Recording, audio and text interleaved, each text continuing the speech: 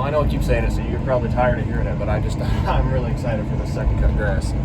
Sucks for driving through it. I probably should have mowed 2 passes, one out, one back, and had a little bit of grass to bale. But hindsight's 20/20, I guess. So, oh well. Corn. Yeah, there's corn over there on the neighbors. Oh, we'll get to it eventually. I don't know if that'll be this week or not, but it's definitely in the back of my mind as something that's next up on the list to mow. That's probably the next thing we're going to be mowing unless something else comes up. Well, we made it. Oh yeah, that's going to make some nice hay. Look at that beauty. All right, I just want to get out and check it. We actually didn't need to get out because I got a curtain that folds down with the electronics and a remote. It has a splitter on it, but because I'm not using the front curtain today, we're just going to rake doubles. I'm excited. Well, we're getting into some of this and it's looking really good. I don't have many doubts in my mind it's going to out-yield first cutting. It's going to be some really, I don't know if I'd say crazy high yield stuff, but it's definitely going to be better than first cut.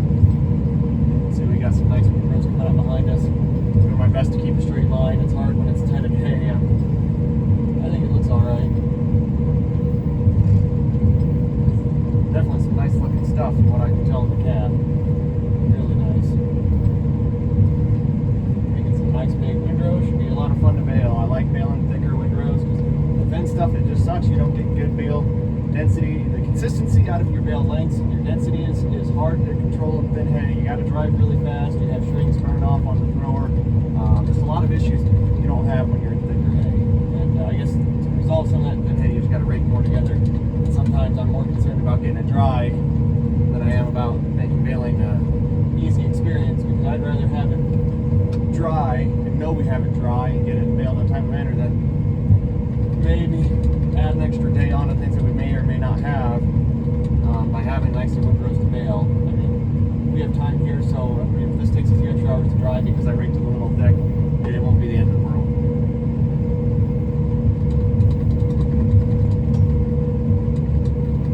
I might have made that one row a little big for dry down. The baler will chew through that just fine. Just might have to drop a gear or two. But the row next to what I just did is mighty large, but it looks nice. I really like what I'm seeing out here. This is just night and day difference from first cutting. It really is. Wife's loading up some round bales now, I think. Well, maybe she's not out there yet. But she'll be starting to load them up. 30 round bales we're going to get home and deliver to straw today. Try to get that all emptied. I want that stuff gone in the next week or two just to get my pad back. So, all in due time. We got about 23 acres here. Should take a few hours to rake.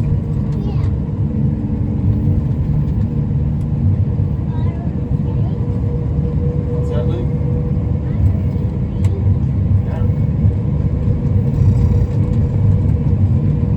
It just all looks bleached and brown until you flip it up and rake it, and then it's like you have this beautiful, bright green, leafy, beautiful alfalfa second cut. It's just amazing. Raking is a lot of fun because you can take something that doesn't look all that great and turn it into this really nice looking end product here. Obviously, baling is what takes it from this to an actual sellable product, but you gotta have it raked first. And you go into a field that doesn't look like there's anything there and it doesn't look the nicest until you flip it up, get the color back into it.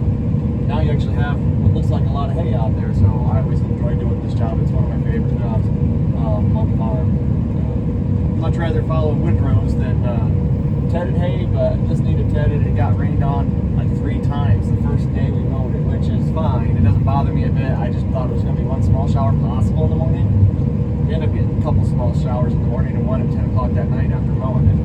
It doesn't hurt it a bit. It won't affect it even in the slightest that first day, but it did need tedded the following morning out to get that moisture back out of it. And it looks like that tedding paid off because we're here raking today and I'm seeing pretty consistent, matte, I guess if you will, pretty consistent matte where there's not like big clumps. And then secondly, because of that, we're getting, it looks like pretty consistent moisture across the field so far, from what I can tell from the cab. A little more once we drop a baler in the field, but right now what I'm seeing, I'm really liking.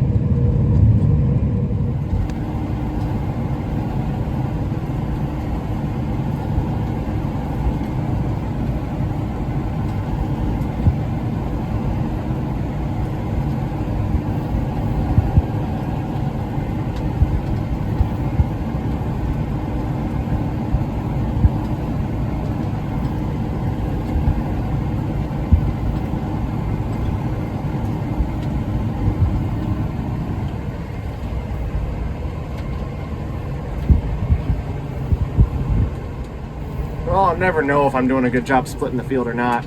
We're maybe, I don't know, 5-10 feet wider on that end than we are on this end. I'm hoping I can get it all in 2 passes. It's going to be tight when we get to the east end of the field, but I think it might be pretty close.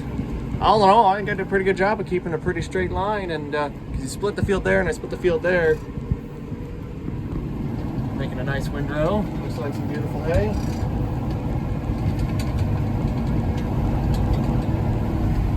So far we should be able to pick up that next windrow with 1 pass, but I think I might have to cut back and tie it in or something. So far so good. Honestly, I have plenty of room to spare. This actually worked out about perfect, honestly. And we got that little section, and we got a section on the other end, and then we'll do our headlands, and this field will be done. And this will wrap up the south end of the field.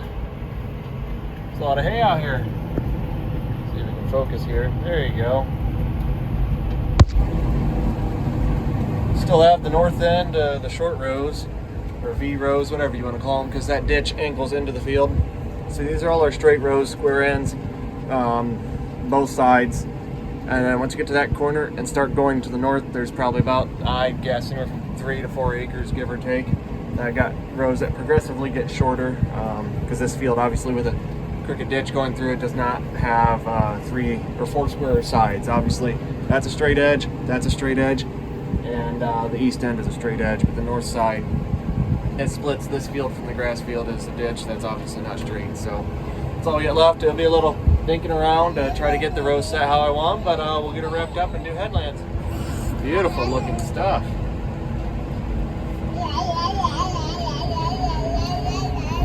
Time for the best part, to clean up the field and do the headlands.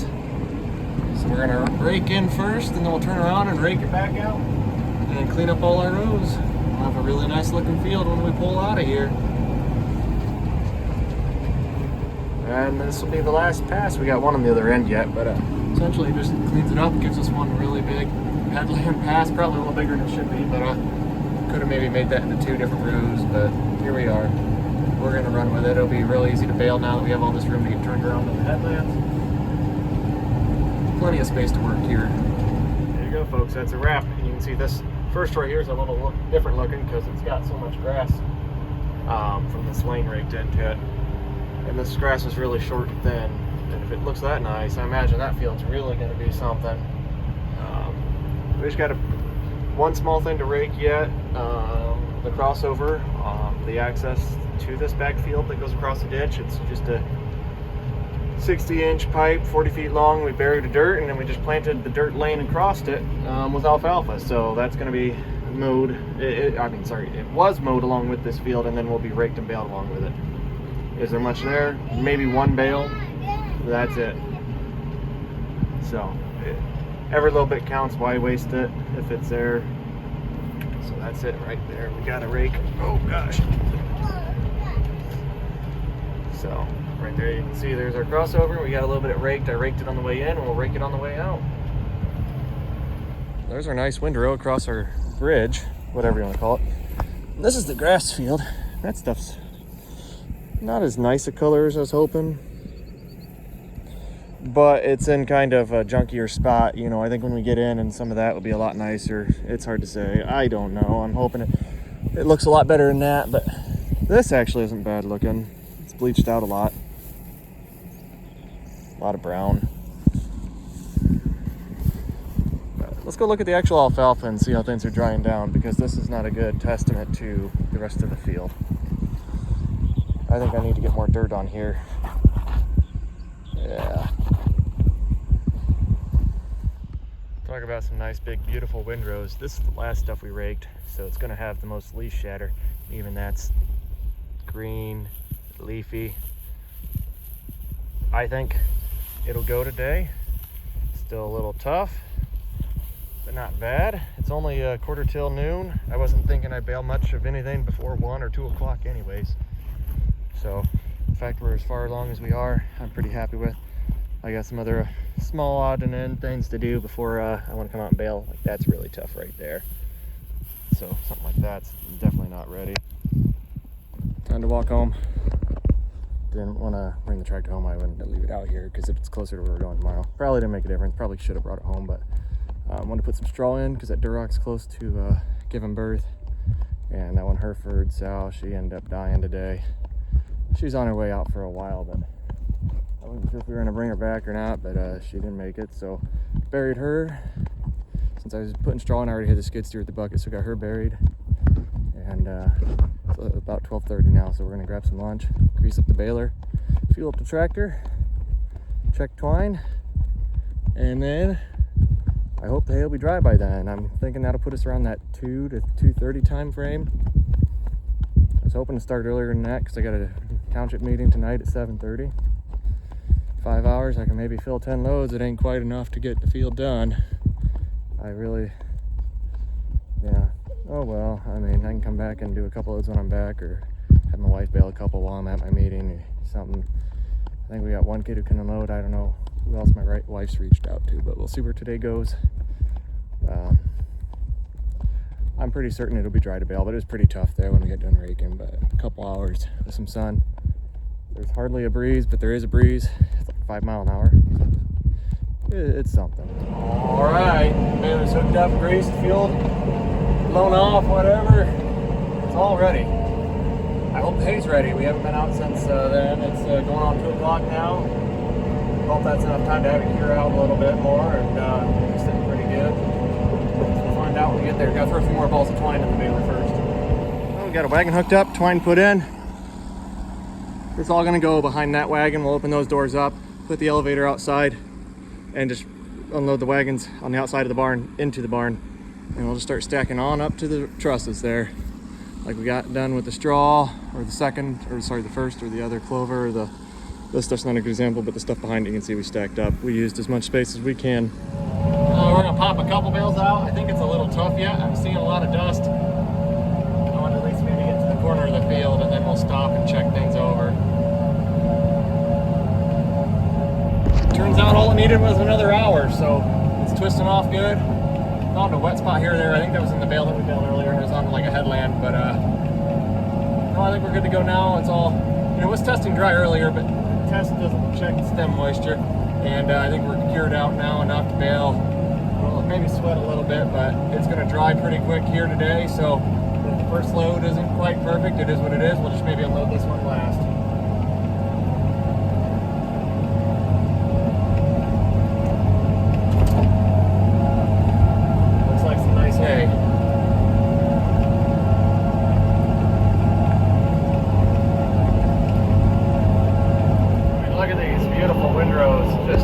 Gobbling this stuff right up, guys.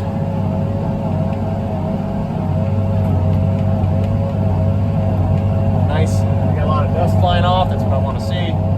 Means we got at least, if the stems aren't completely cured out, they at least have a lot of dry area to sweat out into. Which isn't, I'm not saying it's ideal, but I think the stems are pretty darn close to being where we need them. And the time it takes to fill this load switch, I think the rest of the field will be sitting pretty good. You can see just, these are almost knee-high, beautiful windrows, and I don't know how fast we're driving. 2.8 mile an hour.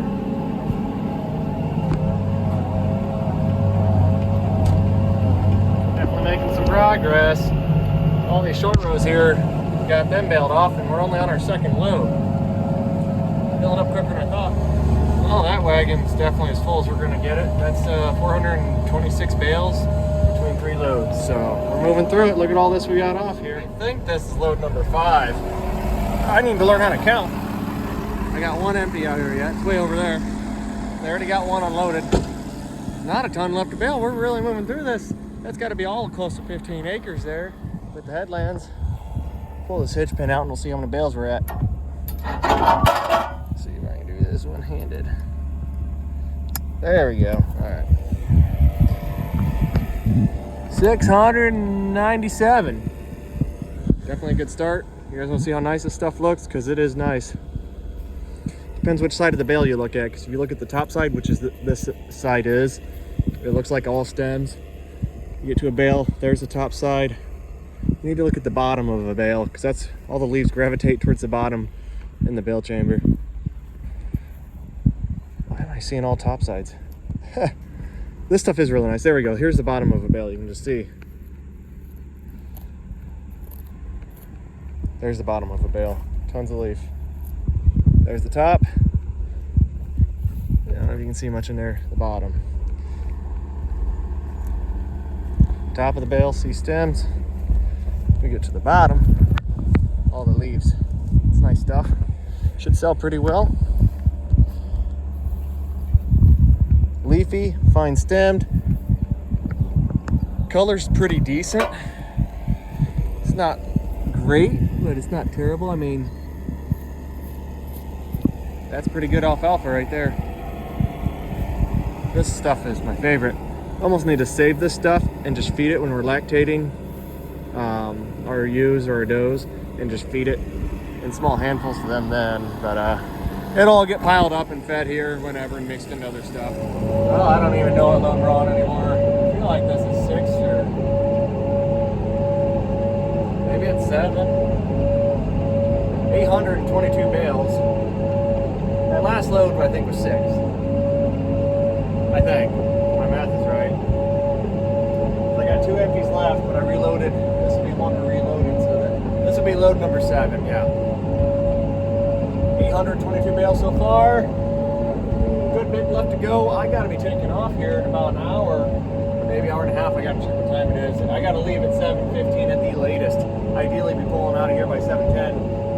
Got a township meeting, and a trustee and all. I feel like I ought to be attending those. Haven't missed one yet. Don't want to make a habit of doing it. So I might be about done with the field. And if I'm not, there'll only be 1 or 2 loads left, so I'm not leaving a ton of work left out here. Not to say that this is a hard job. It's the unloading's a hard job, but I don't know.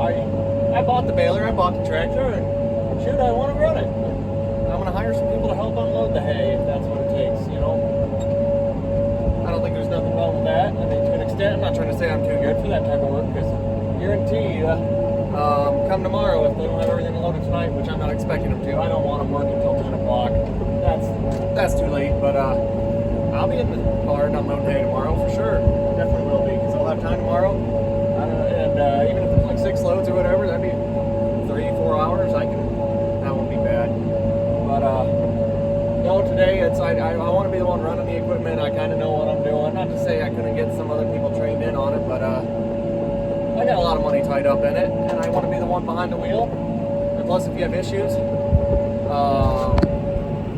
I'm going to be the most skilled probably to resolve those and keep things rolling. That's the big thing. I mean, you can train anybody to run equipment and be halfway good at it, but no one's going to be as efficient or as skilled as, more than likely. I'm not saying that nobody will be, but more often than not, if you're the owner, chances are no one's going to be as skilled or as efficient running that as what you are. So you got to figure out what's your biggest bottleneck. I'm not trying to say high schoolers can't have skills, because I mean they can, but at the end of the day, 2 high schoolers are going to outperform one of me, and that is in unloading hay in that portion of the job. So if I can hire 2 of them to outperform me in that, I think that's the best way to go about doing some of that.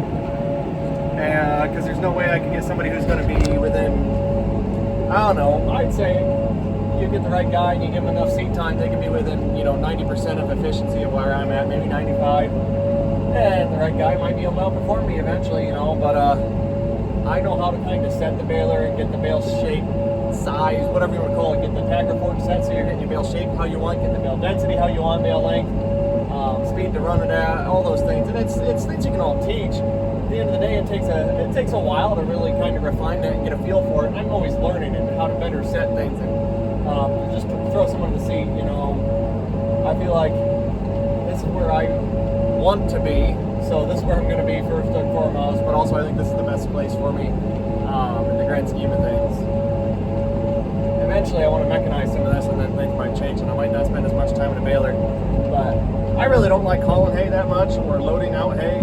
I like loading out hay to sell it, but loading out of the fields is just tedious. It takes forever. forever. I just saw a TikTok today, someone talking about it's like their least favorite hay job, and his was, you know, hauling hay out of the fields, loading out. And I agree with him 100%. One of my favorite jobs, I've always said, is raking. It's just peaceful, it's quiet. Usually not a lot goes wrong. You go into the field, doesn't look like much. You leave the field, get these beautiful big windrows, and it looks so much nicer. And usually the rake doesn't break as often as, say, a baler or a mower. So raking's just a more fun, peaceful thing to do. But yeah, I would hope when we get more mechanized, I just want to be in the baler and have my wife and dad do the hauling. But at the end of the day, it's wherever I need to be, I'll be. It is crazy how quick conditions change when you're in alfalfa. Can't hardly see the wagon now. It's so dry and dusty.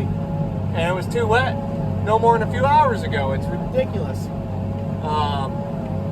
I don't know. I'm sure in the comments someone will say, oh, shut the baler down and come back out later on when the dew's setting in. I just want to be done. I think the quality's still there.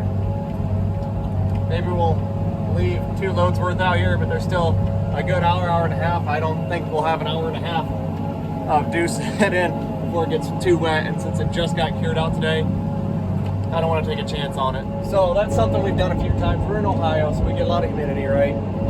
We have baled in the dark in the past when things get overly dry. And you might say we're on the precipice of where things are overly dry, and that wouldn't be a bad idea. Well, you have a small window there where the dew comes in and actually helps retain leaves before it starts getting things too wet to continue baling. And that could be anywhere from 1 load to 3 loads. Say an hour, or say a half hour to an hour and a half. At least in my experience, that's what I've seen. I don't have preservatives, so we're going to rely entirely on just natural curing of hay. The way to do that, you have to have hay that's completely cured out. We're talking dry. This stuff just got cured out enough to bale today. It hasn't been like it was, you know, cured out. We were baling yesterday, ran out of time, and it was a 2-day field to bale. This is all easy to bale in 1 day. It's 23 acres, a second cut. So like if we were in like a big field, 60 acres, more maybe, I don't know. And it's gonna take 2 days or more to at least 2 days to small square bale all of it. And it was all cured and dry, like today being the first day, and you're gonna finish tomorrow, and it starts getting really dry tomorrow afternoon. Well, then maybe we would shut down and bale into the dark a little bit and pick back up, but that's when it's been really good and cured and the stems are cracking and breaking apart during the twist test and all that stuff. Because this just got to that point, I don't want to push that moisture, because if you do put some dew moisture into it, and you also have some sweating going on from the stems, you might be in for an issue of some dusty or woolly hay, right? We don't want to do that. So what we're going to do is just probably keep pushing until we're done. You know, I'll get out and check after this load how that stuff looks, but it still seems to be holding on to leaves and looking pretty good. I think we're just going to run till we're done, because why not, right? I don't think it'll affect the price any. Not to say, I want to put up crappy hay, but at the end of the day, that little bit of loss in leaf, you know, once people start buying into this, it's still really good hay. It probably won't affect our price on the hay, so rather than take a chance of really, really nice hay, don't get me wrong, it would be cool to put up.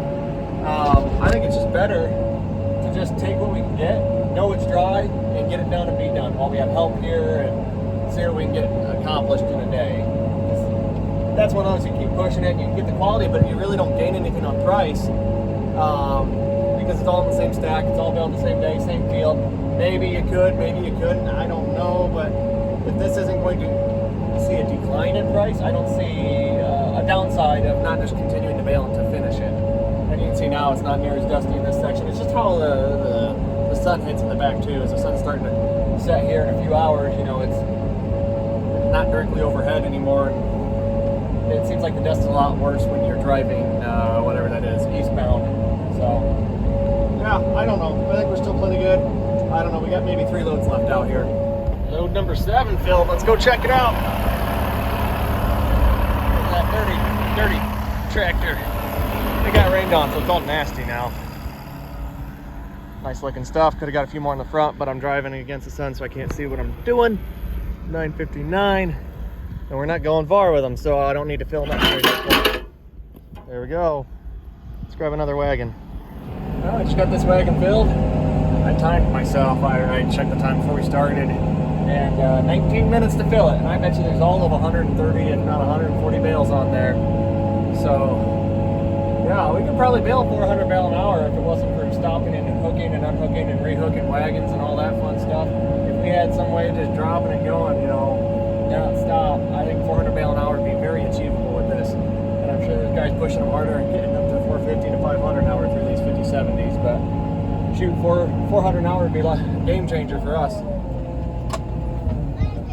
Let's go see what we got on this. I'd say she's full. 1,117. So let's see how the hay's looking. Are we getting too dry? I don't think so. Look at all that leaf in there. That's some pretty hay. I hear the rattle of some chains. I think my next empty wagon's coming out right now, so this will time out all right. I've got to leave here in about, it's 6:40. Yeah, I should have enough time to finish the field. Well, the field's finished, finally. I might be a little late to the meeting, but that's all right. 12:56. Oh, just shy of 50 bale an acre. Not great, but not terrible either. Well, it's filling up quick. Only 3 layers, but still. We still had 3 loads left to unload, but I want to unload it. We got a guy who dropped a trailer off today, so I'm gonna load his trailer up tomorrow off them 3 wagons. But you can see the bottom layer straw, then 3 layers of hay. Some nice stuff. Got some room, but it's gonna fill up quick. Well, the township meeting went well. Got back and helped him finish with the last load. We got 3 loads left. Like I said, we got a 30-foot gooseneck here. He dropped off. I'll load tomorrow morning while it's a little cooler. I can do that by myself. That'll be pretty easy because I can just pull the wagons right next to it, and it's not to say it wouldn't be easy with 2 people, but if I get it right next where I'm just walking back and forth between the 2 and the deck heights are pretty similar, it won't be a great deal more work than just unloading a wagon. So I figured I can save some money on labor that way, and I'm cutting him a little discount for it too. So I think we'll shoot for 300 bale on that, and what's left I'll just send up the elevator and pile it in the mow or in the barn, and either on a stack it if I have energy, which I probably won't, or stack it another day, which is probably what's going to happen. So 23 acres baled, 1,256 bales or something like that. A few broken bales for whatever reason, but all in all, I mean, shoot, to have 23 acres baled by 7:10, I think it's when we finished, and we didn't start till 3:30. 4 hours to bale 23 acres, 1,200 bale. That's like 300 bale, over 300 bale an hour, which is on par with what I normally expect to do in good hay. And that it happened today, and that's just great. Things went smoothly, and I'm really happy about that. But to know we can do 300 bale an hour while hooking and unhooking wagons and kind of pitter-pattering around a little bit at the beginning with just the moisture and not being too eager. But then once it was dry, and we just kept running hard. I can't imagine what we'd be able to do once things are automated, if we get to that point in a year or 2, hopefully. But yeah, 23 acres, and we're quitting at 9:30, and really we've been done for 15 to 30 minutes already. So that's a darn good day, you know. Shoot, there's times we've been working until 10 o'clock and still have stuff to wrap up, so I'm pretty happy with that. I'm gonna get out and check this Duroc sow now because she's starting to bag up, and then we're gonna call it a day. Let's see, she's got a big old underline on her. I see her nosing around more than the others, so maybe she is getting ready to farrow. Look at that, that's a nice underline. Are you gonna be friendly when you have pigs, or are you gonna attack me like the last Duroc? Hi, moms. This isn't an ideal setup, but it could be a lot worse. There's a Hampshire. She had a nice litter. These 2 mediocre at best. She had a good one last time. They'll get to stay around for one more if we stay in hogs. I think we'll stick around with hogs until at least next spring. There's our older litters. They're doing pretty good. Get this to focus. There you go. Yeah, I'm thinking she might be going here soon. I think we got enough straw up here for her, so I wasn't sure if I had to go grab another scoop of straw, but I think we'll be all right. And she might just be nosing around because that's what hogs do, trying to find something. Very well could be a possibility. But we'll leave her be and hope we have a healthy litter of pigs that we can kind of be around for. Maybe, hopefully she goes in the morning and kind of oversee some of it, but chances are she'll go overnight and kill half of them or something, but let's hope that's not the case. It'll be our first time farrowing with this sow, so I'm not sure how she's going to do.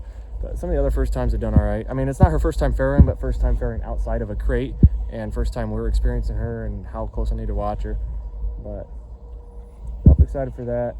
we'll be caught up on farrowing, I think, for a while, unless the other Hereford is bred. I'm not seeing her underlying fill ends. I think we have time if she is bred. But thanks for watching. Hope you enjoyed it. Tomorrow, I don't know if we'll even do a video. There's not a lot going on. I think I need to report some acres to FSA. I don't really know, so I got to run and do that. 300 bales to unload. And I just want to go drive around and scout fields, really. That's the plan tomorrow. I haven't even looked at the fields we made first cut on yet since we made them, because just haven't had time to get away from the farm, you know. Like now I go drive and look at them, but I don't want to go look at stuff in the dark. It's 9:30 at night. I got tomorrow to do it. The elevator doesn't have time to spray it right now anyhow. They're getting caught up on beans, but hopefully it's growing pretty good. It's a double-edged sword, because part of me hopes it's really growing so we get some good high tonnage second cut that'll be ready at a reasonable time. But part of me also hopes maybe it's not super far along because it is dry, and it's because if it gets so far along, it's not even worth spraying because you're gonna be mowing it soon, so you're not gonna get the benefit of that. So part of me hopes maybe, well, we could spray it and still get some benefit and push that second cut tonnage. But that also means that second cut gets pushed off till almost August, which is a lot later than I really like to do it. So, you know, whichever way it happens, I guess we'll just have to take what we can get and be happy and just look at the bright side. So that's probably what we're gonna end up doing tomorrow. And I don't know, we might do a video, we'll see, especially if we have a litter of pigs. We'll get you an update on that. But thanks for watching. We'll catch you in the next one.